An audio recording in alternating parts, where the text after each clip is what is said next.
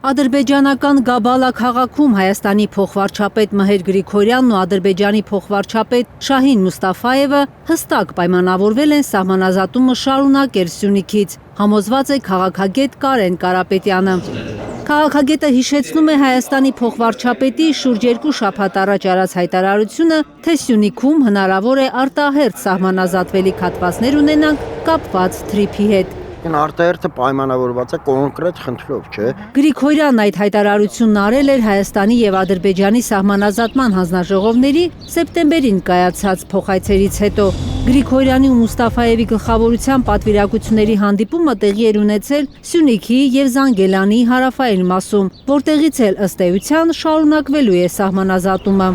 Քաղաքագետի համոզմամբ Թրամփի ուղին է հիմք դարձել թուրք-ադրբեջանական տանդեմի համար, որ Տավուշից հետո սահմանազատումը հենց Սյունիքից շարունակվի, ոչ թե Գեղարքունիքից կամ Վայոց ձորից, որտեղ նույնպես տարածքներ է օկուպացրել Ադրբեջանը։ Ստացվում է հետևյալ պատկերը, կամ Հայաստանի իշխանությունները պետք է համակերպվեն այդ վիճակի հետ եւ հերթական նվիրատվությունը անեն Ադրբեջանին, նրանց թողնելով նրանց կողմից արդեն իսկ օկուպացված տարածքները, կամ պետք է հարցը լուծեն ենթադրենք ռազմական գործողությունների արդյունքում։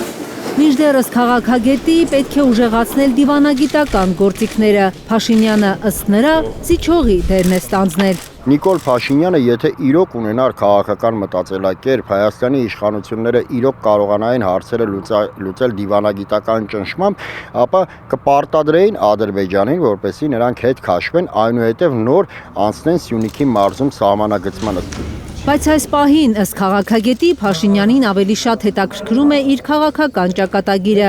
Բաքվում ու Անկարայում հասկանում են, որ 2026-ին Փաշինյանը կարող է եւ չվերընտրվել ու շտապեցնում են նրան, որպեսզի իրենց համար ռազմավարական նշանակություն ունեցող Սյունիքից վերսկսվի սահմանազատումը, կառուցվի Թրամփի ուղին, որ Ադրբեջանն ու Թուրքիան անխոչնդոտ կապ ունենան։ Շտապեցնում են Նիկոլ Փաշինյանին, որպեսզի մինչև ընտրությունները նրանք կորզեն